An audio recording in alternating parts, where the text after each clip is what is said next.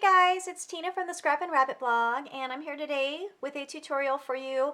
I recently just made like a letter envelope flip book that based on a picture that I found on, I think it was either Instagram or Pinterest, but I'm gonna leave you the link to the picture that was my inspiration for my project that I did for the Valentine Crafty meetup that I just went to last weekend. And so I got a request from quite a few ladies if I could just please show them how to do it because they really loved it and they really wanted to make it. And so I'm so happy to be here today to kind of give you some little tips on how I made it. So I used my envelope punch board. Now some of you don't have a punch board, and that's okay because I'm going to show you how to do it without one, but I wanted to just show you how I used it. So on the envelope punch board, it tells you all the different measurements for many different size envelopes. And what I like about it is it actually tells you the card size. So you don't have to wonder, well, how big is an A2, an A4, an A9, all the different things when they say what size envelopes. It just goes, well, how big do you want it? Well, this is the size paper that you need, and these are the score lines that you follow. And so when I made mine, I did the 6x8. So that means the actual size of the envelope is going to be the 6x8, or it will fit a 6x8 card, is what this says here.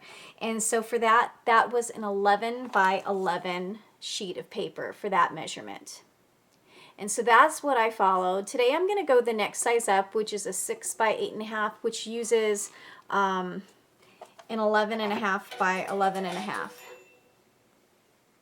And the reason why I'm going to do the 11.5 by 11.5, because when I show you the measurements for the other one, I'll just do it as from a 12-inch square regular piece of scrapbooking paper. So I wanted to kind of get it to be as close as possible. And so I'm going to go ahead and trim a piece of paper down to 11.5 by 11.5. And just another helpful hint is if you are using, I'm going to use this paper right here, and the reason why this one works is because if you see it doesn't just go one way, so it can be this way or it can be this way, because when you fold the envelope, the edges are going to be folded down. So if you have it right side up on this way, when you fold this top part down, it's going to be upside down, and you don't want that. So you want to pick a pattern that can be turned either way. Okay, so I'm going to use this one, and I'm also going to use this one. So this one can be turned either way. Ideally, if you have some really cute double-sided paper, that'll save you a step because you can use both sides. So for the inside or the outside, you'll have a pattern on each side. Since I don't have any really cute Valentine's double-sided paper, I'm going to cut 2 for each envelope. So I'll have one for the outside, and then I'll have a different pattern for the inside. So I'll be sticking together 2 pieces of paper. But you don't have to do that if you have really cute double-sided paper. You can just do it one time. I kind of like the sturdiness of having the 2 together, but that's totally up to you.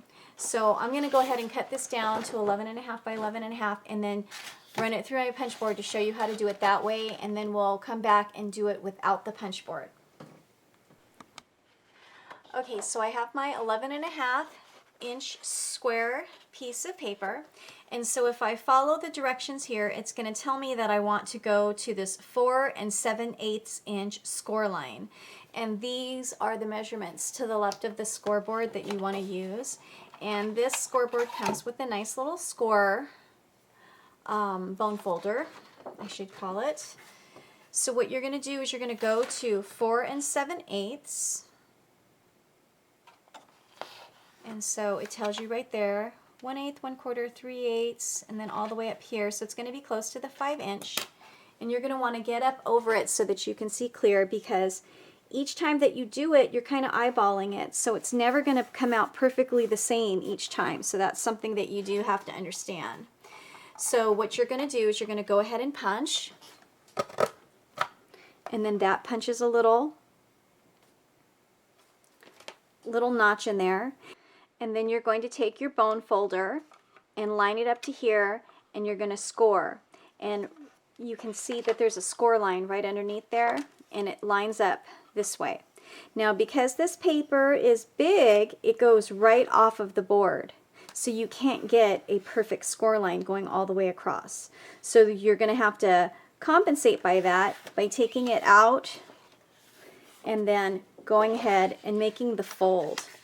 And then that way you're going to have that crease on the other side, because you're going to need that crease when you come back over here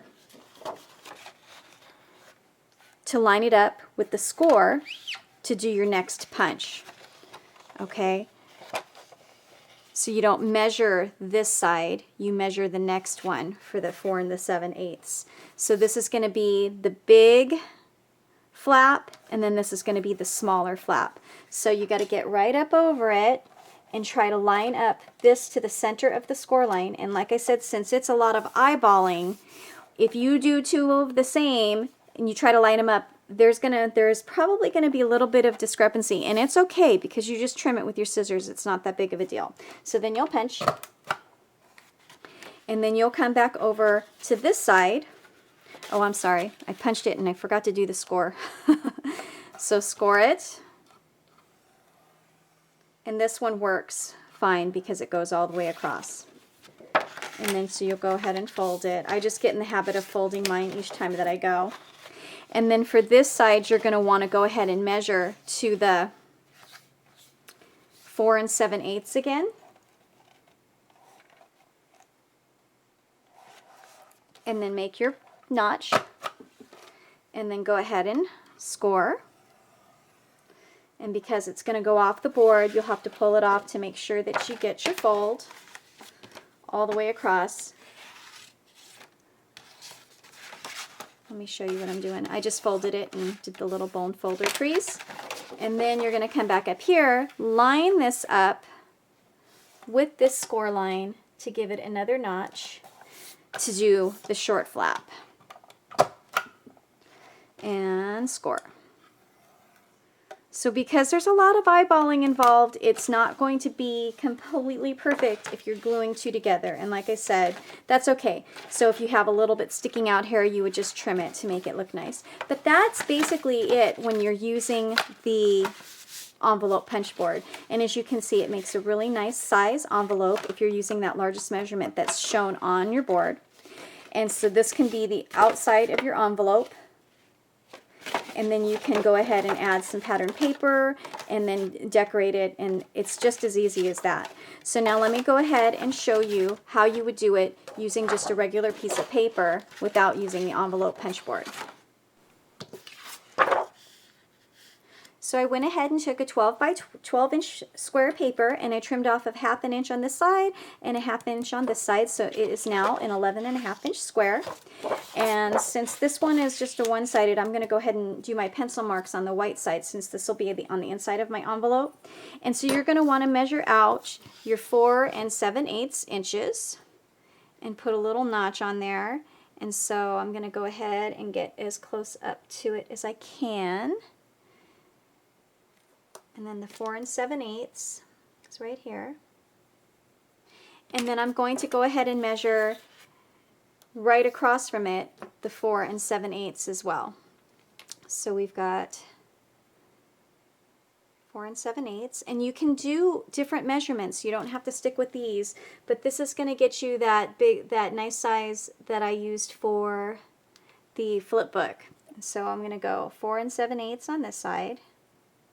Okay, so now I have both of my notches, and I can take this to a scoreboard, or I can just draw a pencil line. It's up to you how you want to do it, but if you don't have a scoreboard, you can just take your pencil and then draw a line. That's going to be your fold line, okay? So do the same on both sides. Measure out your 4 7/8 this way, your 4 7/8 that way, and across your 4 7/8 this way, your 4 7/8 that way. And then you can go ahead and line up your ruler to each edge, and then run your bone folder across, and run it through really good so that you get a nice crease, and then you can fold it. Okay, that gives you an idea. These are going to be your smaller flaps, okay? And so you're going to go ahead and do the same thing on this side. Line up your little notches. You have your little pencil line that you drew, and then you're going to go ahead and give it a really good crease. This is thick paper, and so you're going to want to give it a really nice good crease, and then you're going to be able to fold it. Match it up with the little creases that you made, your little score line, and then fold it. Okay, so now you have your envelope starting to come together. So now you have to do another measurement, and this is going to take you right back to your original 4 7/8. Okay, so you have the one that you folded, that was the 4 7/8. You had 4 7/8 this way and 4 7/8 that way, and then you went ahead and folded it. Well, now you're going to do a measurement, and you're going to go 4 3/8. Okay, so 1, 2, 3, 4 3/8. And so you're going to want to do that the same on this side, 4 3/8, and then go ahead and flip it over, and you're going to want to measure 4 3/8 in this way and 4 3/8 inches that way.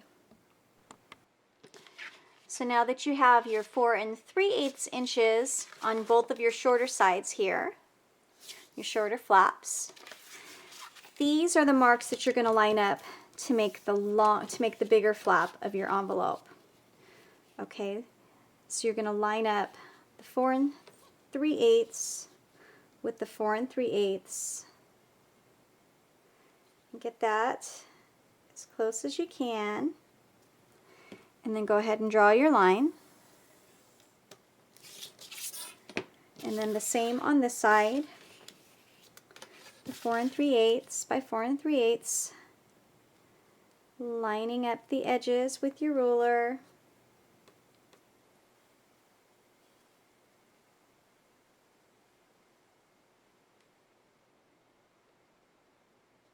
To match it up. Okay, and as you can see, you're going to have some little triangles there. And those are the ones that you're going to want to trim, because this is where you're going to do your bone folder to fold it in there. And then if you look at the one from the punch board, you have this little notch, and the envelope punch does that notch, which is why it makes it so nice. Now you're just basically doing it by hand, okay? So this is very similar measurements for how it would be. And so as you can see, this is the same square, and then if you cut out those little notches, that gives you your envelope. Okay, so I'm going to go ahead and do my folds first before I do my cut. So once you have folded in all the sides, this is what it's going to look like. Okay, and then what you're going to do to get a better fold is you're going to take your scissors and you're going to cut out those triangles on the edge where they meet. So you'll just snip these like that.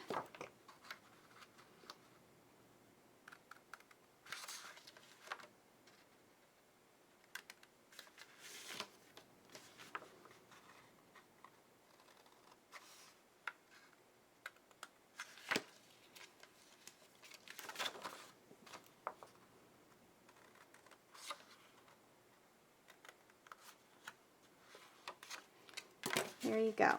And then now you're going to have a better fold, like so. Okay, so that is the envelope without the punch board. And so like I said, your first score lines to do the shorter flap are going to be 4 7/8 and 4 7/8. You make that line, and that makes this flap. Then you're going to go back in and then measure 4 3/8 on each side, which is going to take you in a little bit more on each side, and then that'll give you this line right here. And then where those lines intersect, you'll go ahead and cut out those little corners just like that. And so now you have 4 flaps to decorate, and the top and the bottom flap however you wish. Looks like that. And here's the punch board one.